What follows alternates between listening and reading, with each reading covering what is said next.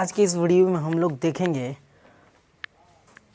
प्रकाश संश्लेषण के बारे में, ठीक है, फोटोसिंथेसिस के बारे में, जो केवल वह प्राणी फोटोसिंथेसिस का माध्यम कर सकता है, यानी प्रक्रिया कर सकता है जो वास्तव में हरा हो, ग्रीन हो। तो आप सोच रहे होंगे कि प्रकाश संश्लेषण की प्रक्रिया केवल पौधे ही क्यों करते हैं, तो इसके पीछे की साइंस को हम आज जानने वाले हैं कि क्यों करते हैं, ठीक है। बेसिकली आपको पता भी होगा थोड़ा बहुत, बट हम यहाँ पे आपको डीपली बताने का प्रयास करेंगे, ठीक है। तो जैसे प्रकाश संश्लेषण ये एक विधि है, ठीक है, जिसके द्वारा पौधे अपना भोजन बनाते हैं। तो भोजन बनाने के लिए पौधों को एक ही तरह का पदार्थ की ज़रूरत नहीं पड़ती है, ठीक है, उनको विभिन्न तरह के पदार्थों की ज़रूरत पड़ती है, ठीक है। उसी तरह से अगर बात करें यहाँ पे पौधे के अलावा जो मनुष्य ये हो गए या दूसरी कैटेगरी के प्राणी हो गए, वे भी अपना भोजन बनाते हैं, बट वे इन पदार्थों का इस्तेमाल नहीं करते हैं जिन पदार्थों का इस्तेमाल करके पेड़ पौधे अपना भोजन बनाते हैं, ठीक है। तो यहाँ पे हम समझेंगे कि पेड़ पौधे कैसे अपना प्रोडक्ट का इस्तेमाल करके भोजन बनाते हैं। यदि हम बात करी तो आदमी भी क्या करेला, भोजन बनावे से पहले वो बहुत से पदार्थ के इकट्ठा करेला, जौन में अगर सपोज डैट कि हम खिचड़ी बनावे वाला बानी, तो खिचड़ी बनावे खातिर विभिन्न तरह के पदार्थ की ज़रूरत पड़ी, पानी, नमक, तेल, मसाला इत्यादि बहुत से तरह की चीज़ की ज़रूरत पड़ी। वैसे ही पेड़ पौधे के भोजन बनावे खातिर 4 गो मटेरियल की ज़रूरत पड़ेला। कितना मटेरियल? 4 गो मटेरियल की ज़रूरत पड़ेला, ठीक बा। तो फाइनल अगर हम बोली तो वो 4 मटेरियल के द्वारा पेड़ पौधा जितना चीज़ बनावेला, ठीक बा, वो विधि जौना विधि द्वारा वो अपन मटेरियल यानी भोजन बनाता है पेड़ पौधा, उस भोजन को जिस विधि द्वारा बनाते हैं पेड़ पौधा, उस विधि को प्रकाश संश्लेषण कहते हैं। क्या कहते हैं? प्रकाश संश्लेषण। तो अब देखते हैं कि ये पौधे जो होते हैं ये कहाँ से अपने सामान को लाते हैं, है ना। भोजन बनाने के लिए जितने भी पदार्थ की ज़रूरत पड़ती है, उन पदार्थों को भोजन कहाँ से ऑब्जर्व करते हैं। हम लोग जब भोजन बनाते हैं तो मार्केट से बहुत से सामानों को खरीद कर लाते हैं, तो इनके लिए मार्केट कौन कौन होता है वो हम देखने वाले हैं, ठीक है। तो आइए देखते हैं। हमने बताया कि पौधे जो होते हैं इसको भोजन बनाने के लिए 4 तरह की चीज़ों की ज़रूरत पड़ती है। वो 4 चीज़ कौन कौन से है? तो जल है, CO2 है, सनलाइट है और क्लोरोफिल है, ठीक है। तो हम इसके पहले आपको बता दें कि पत्ती जो होता है, पत्ती हरा होता है, ठीक है। तो हरा में क्या पाया जाता है? क्लोरोफिल होता है। क्या पाया जाता है? क्लोरोफिल पाया जाता है। तो यहाँ पे अगर हम क्लोरोफिल की बात करें, ठीक है, तो इसमें क्लोरोफिल पाया जाता है, जिस वजह से ये क्या दिखाई देता है? हरा, ठीक है, यहाँ पे। इसके अलावा अगर बात करें पौधों की तना यानी स्टेम की, तो अगर स्टेम हरा है तो इसमें भी प्रकाश संश्लेषण की प्रक्रिया होगी, डेफिनेटली इसमें भी प्रकाश संश्लेषण की प्रक्रिया होगी। तो आइए देखते हैं अब देखते हैं कि सबसे पहले जो जल होता है H2O, इसको पौधे कहाँ से ग्रहण करते हैं। तो हमने इसके पिछले वीडियो में जाइलम और फ्लोएम के बारे में अच्छे से समझा रखा है, आप जाकर उसको देख सकते हैं, ठीक है। ये आपको आई बटन में आपको ये वीडियो मिल जाएगा। तो पौधे जो होते हैं ना, जल को ज़मीन से ग्रहण करते हैं, ठीक है, बट ये अपने अकेले ग्रहण नहीं करते, इनको जल को पहुंचाने में ना एक ऊतक हेल्प करता है। उस ऊतकवा का नाम क्या है पता है? उस ऊतक का नाम है जाइलम, ठीक है। क्या है? जाइलम। उस ऊतक का नाम क्या है? जाइलम। तो देखिए, ज से जाइलम, ज से जल को जड़ से क्या करता है? ऊपर तक पहुंचाता है। ज से जाइलम, ज से जड़ को, ज से जल को ऊपर तक पहुंचाता है। मतलब मिट्टी में मौजूद जल की मात्रा को जाइलम क्या करता है कि ऑब्जर्व करके आइए रूट के माध्यम से, यहाँ से देख रहे है ना, ये जड़ के माध्यम से पौधों की हर एक पार्ट में क्या करता है? पहुंचा देता है, यहाँ तक कि पौधों की पत्ती में तक पहुंचा देता है, ठीक है। यहाँ तो जल को पहुंचाने का काम यानी H2O जो होता है, ये जल, इसको कौन पहुंचाता है? तो जाइलम पहुंचाता है, ठीक है। अब देखिए, पौधों को एक घटक की ज़रूरत पूरी हो गई, यानी अब बात करें कि यहाँ पे 4 तरह की कंपोनेंट की ज़रूरत पड़ेगी, ठीक है। तो जिसमें एक जल है, वो जल इसको मिल चुका है। अब देखते हैं दूसरे। तो दूसरा जो होता है CO2। क्या होता है? CO2। तो CO2 जौन बानू, इस CO2 के, है ना, यहाँ पे CO2 को पौधे वातावरण से ग्रहण करते हैं। कहाँ से ग्रहण करते हैं? वातावरण से। तो CO2 का मुख्य स्रोत क्या हो गया? वायुमंडल। तो हमने बताया कि स्टोमाटा जो होता है, इसमें रंध्र, ये गैसों का क्या करता है? आदान प्रदान करता है। तो गैस के रूप में आदान का मतलब कि यहाँ पे वो अंदर की ओर लेता है। तो CO2 को इस रंध्र के माध्यम से पेड़ पौधे अंदर ग्रहण करते हैं, ठीक है। और उस CO2 को इसका भाई एक होता है जाइलम का, फ्लोएम। जाइलम और फ्लोएम दोनों ब्रदर होते हैं, बिग ब्रदर, ठीक है। यहाँ पे तो ये CO2 को पकड़ लेता है और पौधे की पूरी पत्तियों में डिस्ट्रीब्यूट कर देता है। ठीक है, तो हमने पहले बताया कि जाइलम क्या करता है कि जल को लेकर दे देता है। ठीक है, और फ्लेम वातावरण से CO2 को ग्रहण करके दे देता है। तो दोनों के दोनों क्या होते हैं, ये वेटर होते हैं। हमने पहले वीडियो में बता रखा है आपको। तो ये दोनों वेटर क्या करता है, अपन जल को कोई पहुंचा देता है और कोई यहाँ पे CO2 को पहुंचा देता है। अब बात करते हैं तीसरा जो प्रोडक्ट है वो सनलाइट है। क्या है, सनलाइट। तो सनलाइट जो होता है ये सूर्य, मुख्य स्रोत क्या होता है इसका, सूर्य होता है। तो सूर्य से पेड़ पौधे क्या करते हैं कि सनलाइट को चुरा लेते हैं, ले लेते हैं, और लेने के बाद अपनी पत्ती में स्टोरेज कर लेते हैं। ठीक है, क्या करते हैं, स्टोरेज कर लेते हैं। देखिएगा अब ध्यान से यहाँ पे, तो जैसे यहाँ पे ये लेते हैं तो ये अपनी पत्ती में इसको स्टोरेज कर लेते हैं, और पत्ती में क्या पाया जाता है, क्लोरोफिल, जिसकी वजह से पत्तियाँ हरा दिखाई देता है। और क्लोरोफिल में मेनली अगर बात करें तो क्लोरोफिल में एक तत्व पाया जाता है। क्या पाया जाता है, क्लोरोफिल में एक तत्व पाया जाता है।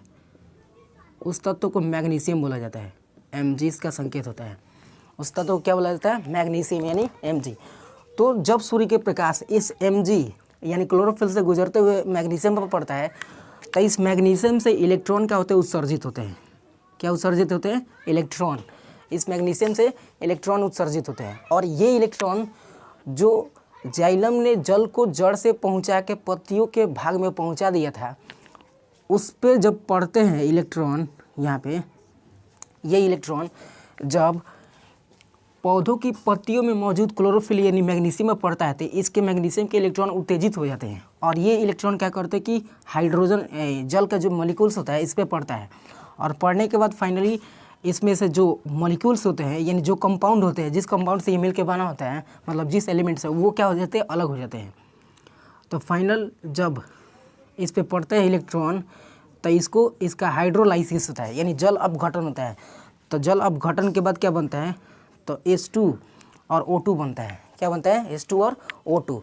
अब ध्यान से देखिएगा, पौधे के जो स्टमाटा होता है उससे CO2 तो बाहर निकल जाता है, बचता है क्या चीज़, H2 यानी हाइड्रोजन बचता है। CO2 से यहाँ देखिएगा, सॉरी O2 से यहाँ पे हाइड्रोजन, ये जल के अणु से, ठीक है, ऑक्सीजन के अणु बाहर निकल जाते हैं किस छिद्र द्वारा, रंध्र के द्वारा, इन स्टोमाटा द्वारा। बच जाता है क्या चीज़, हाइड्रोजन। क्या बचता है, हाइड्रोजन।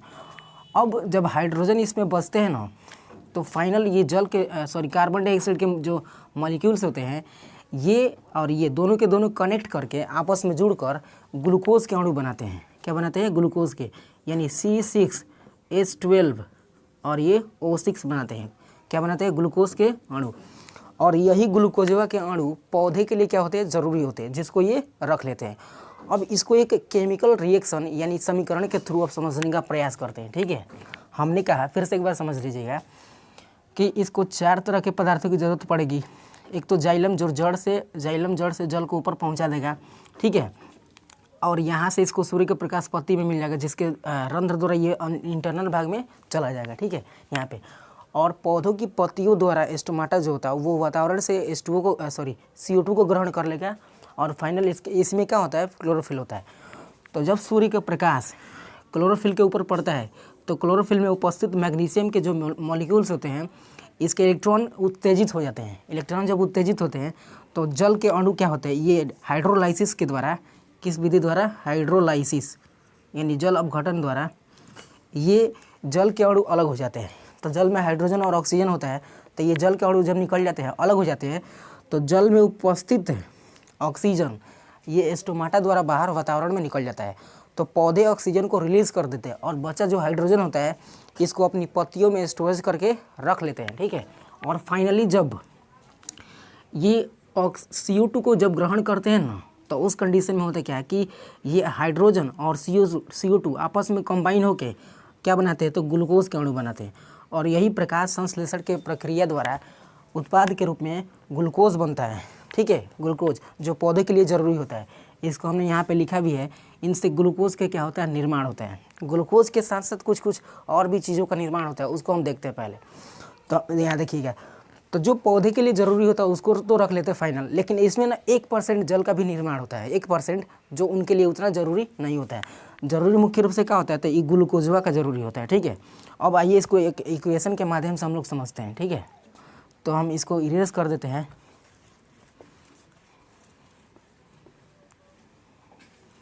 देखिए अब प्रकाश संश्लेषण की प्रक्रिया का एक समीकरण को देखते हैं। अब यहाँ पे उसका इक्वेशन होता है, देखिए C6CO2 प्लस 12H2O और यहाँ पे होगा सनलाइट, ठीक है, या यहाँ पे हम नाम ही लिख देते हैं, सही रहेगा। यहाँ पे अगर इसको इस मार्कर से हम लिखें तो यहाँ पे हो जाएगा सनलाइट,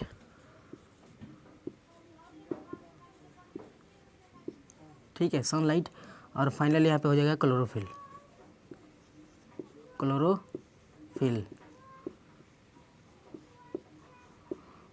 तो अब देखिए यहाँ पे ये उत्पाद के रूप में जब इतना सामान इनको मिल जाता है, चार चीज़, देखिए CO2, H2O, सनलाइट और क्लोरोफिल, तो फाइनल ये उत्पाद के रूप में क्या बनाते हैं, देखिएगा उत्पाद के रूप में ये बनाते हैं, देखिए तो ये बनाते हैं 6 गो ऑक्सीजन के अणु, है ना, यहाँ पे 6 गो ऑक्सीजन के अणु बनाते हैं, 6O2 और ग्लूकोज के अणु बनाते हैं C6H12O6 और फाइनल यहाँ पे 6 गो कार्बन डाइऑक्साइड के अणु बनता है ना, 6 गो कार्बन डाइऑक्साइड के अणु नहीं बनते, 6 गो जल के अणु बनते हैं, यानी 6H2O। तो इस तरह से आप देख सकते हैं, इसको केमिकल इक्वेशन के माध्यम से समझाया गया है कि 6 गो इसमें कार्बन डाइऑक्साइड के अणु को पेड़ पौधों की पत्तियां वातावरण से ग्रहण करती है और 12 गो जल के मॉलिक्यूल्स यानी अणु को जाइलम जड़ से पहुंचाता है पत्ती के ऊपर, ठीक है, और सनलाइट तो ऑलरेडी रहता है यहाँ पे, और क्लोरोफिल पत्ती में स्ट्रक्चर होता है।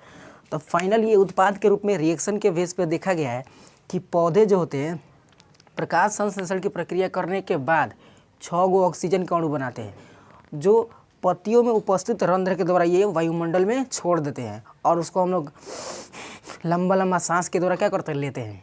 तो ये हर पौधे में होता है। फाइनली ग्लूकोज के भी अणु बनते हैं, क्या बनते हैं, ग्लूकोज के अणु। ये ग्लूकोज के अणु हाइड्रोजन और CO2 के द्वारा क्या होते हैं, कंबाइन होकर ये बनते हैं, ठीक है। और जल के अणु जो होते हैं 6 गो बनते हैं, जो कि ये 1% होता है, कितना होता है, 1%। तो मुख्य रूप से आप देख सकते हैं कि पौधे उत्पाद के रूप में जो इनके लिए ज़रूरी था, ठीक है, वो क्या बना यहाँ पे, ग्लूकोज। और इसी ग्लूकोज को अपने पास पौधे रख लेते हैं, ठीक है, और इस ग्लूकोज को पौधे अपने प्लांट में यानी अपने भोजन मतलब उनके जो फूड्स होते हैं या उनके जो फ्रूट्स यानी फल जो होते हैं उनमें ग्लूकोज को डाल देता है, हम लोग फाइनल क्या करते हैं, खा लेते हैं, जिसका ग्लूकोज का प्रभाव हमारे अंदर चला आता है। तो इस तरह से इस विधि द्वारा पौधे क्या करते हैं, सारे पौधे प्रकाश संश्लेषण की प्रक्रिया करने के बाद ग्लूकोज के अणु बनाते हैं, अब बाकी जो ऑक्सीजन और ये सब होता है इन सबको बाहर रिलीज़ कर देते हैं, ठीक है। तो आई होप आप समझ गए होंगे कि प्रकाश संश्लेषण की प्रक्रिया कैसे होता है। हालांकि आपको 12th क्लास इंटर के जो फर्स्ट ईयर होता है यानी 11th क्लास में ये आपको एक चैप्टर के आधार पर इसको पढ़ाया भी जाता है, ठीक है। तो इस तरह से प्रकाश संश्लेषण के बारे में आपको हमने समझाया और इस तरह से आपको पाचन तंत्र के अगला टॉपिक के बारे में हम लोग समझाने वाले हैं, ठीक है। तो आप हमारे साथ बने रहिएगा, इस तरह से जितने भी टॉपिक्स है उसको हम कवर कराएंगे। जो आपको परीक्षा यानी एग्ज़ाम 2023 में ये 5 नंबर या 6 नंबर के आधार पे क्वेश्चन